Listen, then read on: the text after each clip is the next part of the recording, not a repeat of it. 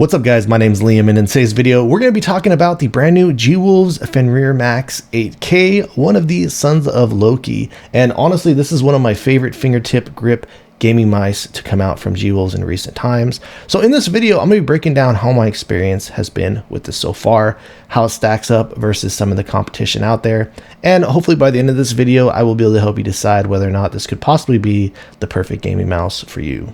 So let's check it out.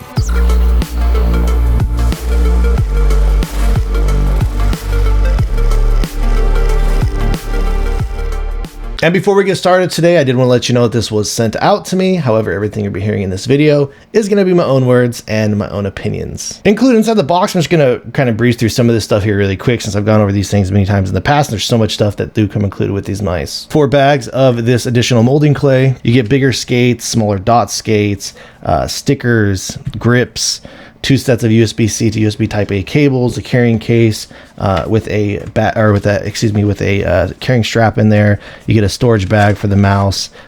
You get some sleeves included, so just a ton of different stuff that does come included. Here's what the 8K wireless receiver looks like, similar to the other receivers with a rubberized bottom, transparent top, and USB-C connectivity over here on the back. All right, so now let's jump into the mouse itself. Over on the bottom, pretty straightforward, self-explanatory as typical G-Wolves mice. They do have this open bottom, which is the on and off button over here on the left-hand side. As you can see, it does look like they use the PCB to reinforce the shell integrity over here on the shell of the mouse itself. And with that being said, coming back over here on the top, this thing does feel just absolutely solid. There is little areas where you notice a little bit of bending here if you're to push really hard.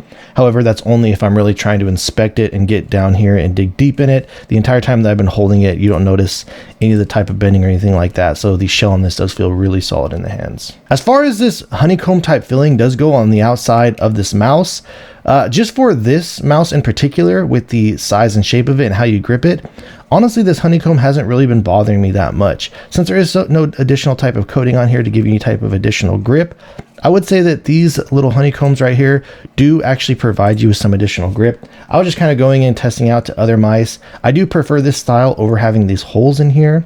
I did feel like the HTR Pro did feel like it was just a little bit more slippery as I was going back and forth and testing both these out. So you do get some more grip. And like I said, just with how I've been using my fingertips, these haven't really been bothering me that much, but it does also come with the grips included for that. For mouse 1 and 2, G-Wolves has just been killing it lately with their click implementation on their mice. This does have the transparent Huano blue shell pink dots in here, some of my favorite mechanical switches, and I honestly don't really have anything to critique about these clicks. They honestly feel pretty much near perfect. You get like practically no play. It goes right into a click. The pre and post travel on these are just absolutely solid to use.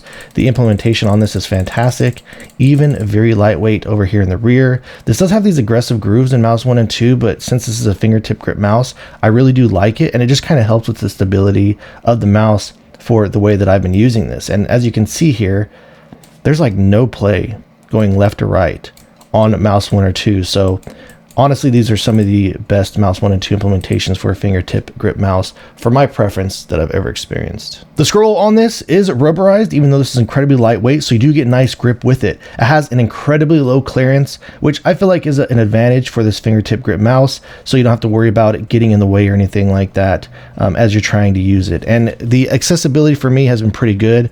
You do get it's kind of almost a stiffer feeling of a scroll experience, but I do like it. The steps on here they are defined, although they are smaller, and the center scroll click not too heavy. So the implementation on the scroll for me has been working out really well. Probably the only one area that I do have a little bit of a critique over here is on the side buttons. I do feel like the way that I like to grip this mouse is a little bit more forward towards the front, and I do feel like these side buttons are a little too far back for me, but aside from them being just a little bit too far back for my grip style, not too bad. You get a little bit of play back here in the rear, but clicking here in the middle, almost no play. The tensioning on these is actually really good, very lightweight, snappy, and they feel easy to spam. So when I am accessing these side buttons and using them, they honestly do feel really solid. So yeah, I mean, for a fingertip grip mouse, truly the build on this is pretty much near perfect for my preference. I'll go ahead and drop a click quality sound check for you guys.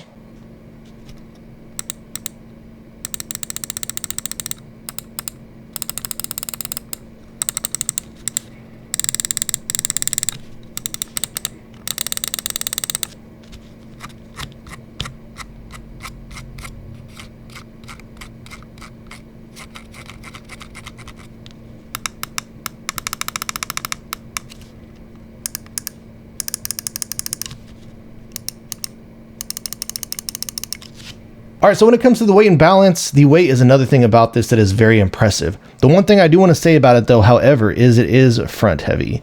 So that is somewhat unfortunate, not too much of a big deal though, because honestly, I didn't really notice it so much as I was using it, considering the fact that this is so lightweight, but I might try and move the battery back just a little bit further just to kind of even out that way a little bit more. Solid on the left to right though, however. So dropping this on my scale, this does have the stock dot scales that it comes included with out of the box. Looks like we got it coming in at approximately about 23.8 grams. This is a really quick overview on how I personally like to set up the software myself by adjusting the DPI. I come up here to set the click to bounce setting and then put the polling rate. And these are the settings that not only do I test this mouse with, but that I prefer to game on personally. And when it comes to the performance, everything about this has been feeling fantastic. G-Wolves, without question, has some of the best click latency out there currently on the market. All right, so when it comes to the shape of this mouse, like I had mentioned in the intro, this is one of my favorite fingertip grip mice to come out from them, not only because of the feeling of this mouse does feel really fantastic, but I really do like this shape a lot. I love how wide it feels in the hands, and I love how they made it narrow, getting wider back to the rear, and I feel like just everything about this with the hump on the back, I don't know what it is about the shape. It's been able to get really locked in, and it's been one of the most comfortable fingertip grip shapes that I've used. I do think it's great that a lot of these people that are making these fingertip grip mice are making them smaller, but I wish that they would shy away from being afraid to making them even just a little bit larger and keeping everything else about the design of this the exact same. So while we're talking about it, let's just go ahead and jump in. We'll compare it to a bunch of other different types of fingertip grip mice out there, and we will start out over here with the HSK Pro. So I'm not going to talk your ear off about these two mice that much, but as you can see, these are actually very similar to one another, just very clearly the Fenris is a larger version of it, which, like I just mentioned, something I do appreciate. I did kind of feel like this mouse was just a little bit too small for me, so I definitely feel like this one has been a little bit more comfortable.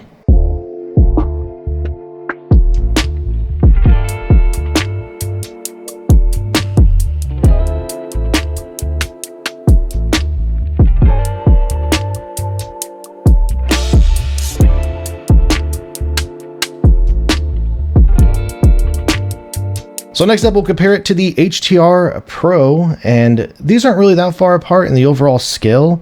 I just do kind of prefer the shape of this, having a wider back, a little bit more, even though I really do like this HTR Pro, I kind of found myself as I use it gripping it more towards the front, where it makes the side buttons sit a little bit further back. And I just like having the extra width here on the rear. I don't know what it is. It just, I'm able to just kind of move my fingers around on it a little bit more, and it just feels a little bit more easy to use and a little bit more comfortable for me. But here's what the curve profile looks like from top down to the sides, and then here is a look at both of them from the sides.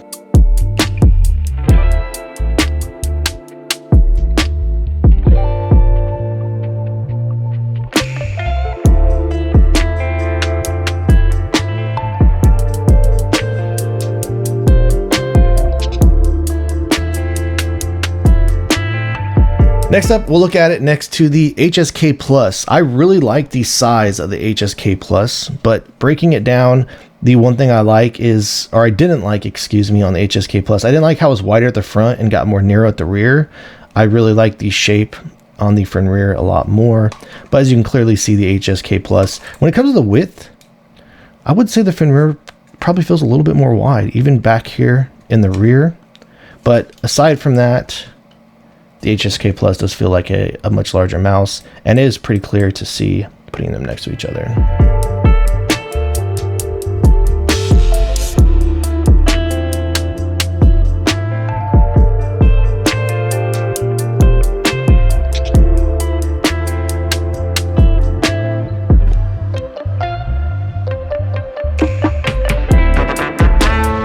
All right, and last but not least, since I did cover the Miao and I feel like this mouse has been getting a lot of traction and been really popular, I will go ahead and compare them next to one another since these are both brand new. Probably it's going to be its biggest competitor. Over here on the Fenris, it does feel wider. So even here in the back, here's a look of them at the bottom. So the WLmouse Miao does have more curves on the sides, and it does feel more narrow. Here's a look of the hump profile back here on the rear. You definitely do notice the additional width on the top of the Fenris. And then here's a look over here on the scale of them from the sides.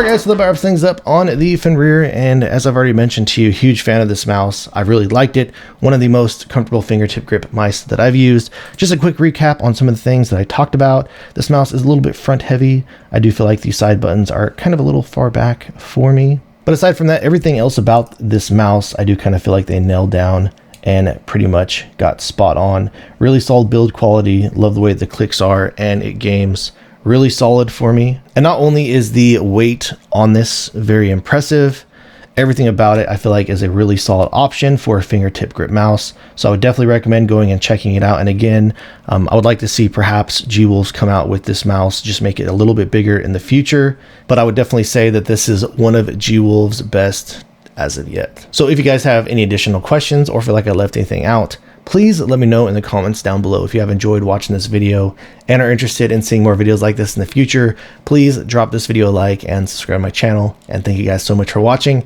I look forward to seeing you in the next one.